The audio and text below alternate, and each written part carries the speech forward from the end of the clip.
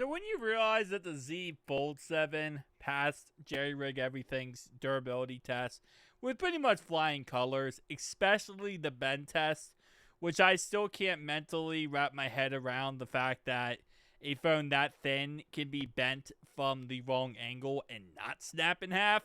It just boggles my brain every single time.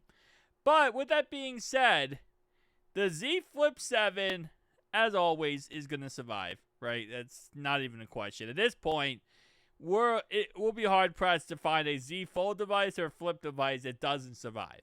And with the Z Flip 7 being not as, not nearly as thin as the Z Fold 7, there was really no way it wasn't going to survive. But it's just coming down to a point now where it's like, again,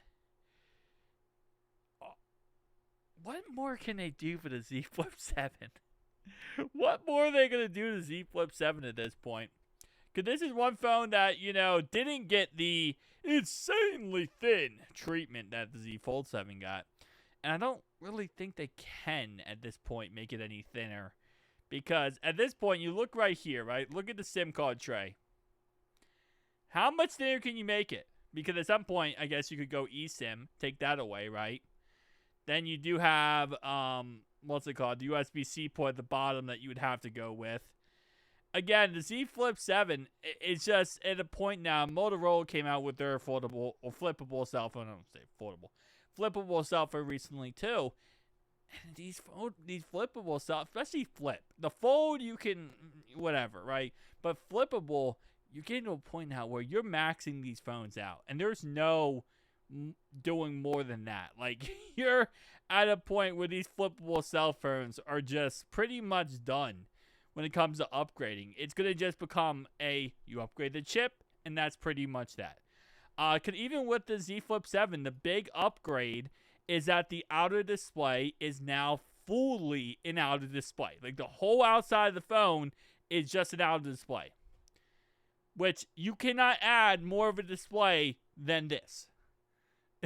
So unless you're making the cell phone a bigger cell phone, which I think people would complain about because they'd be like, hey, I don't want a gigantic flippable cell phone.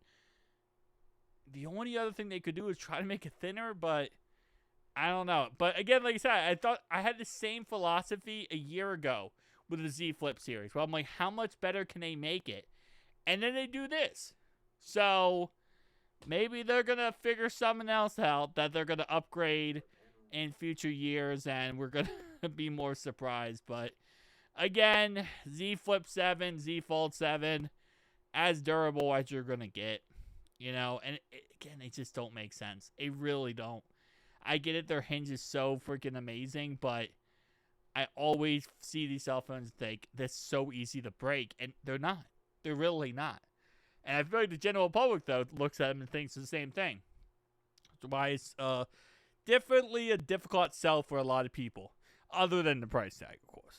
Price tag as well. But tell me down below your thoughts, opinions. We want to talk about this today. That's pretty much it.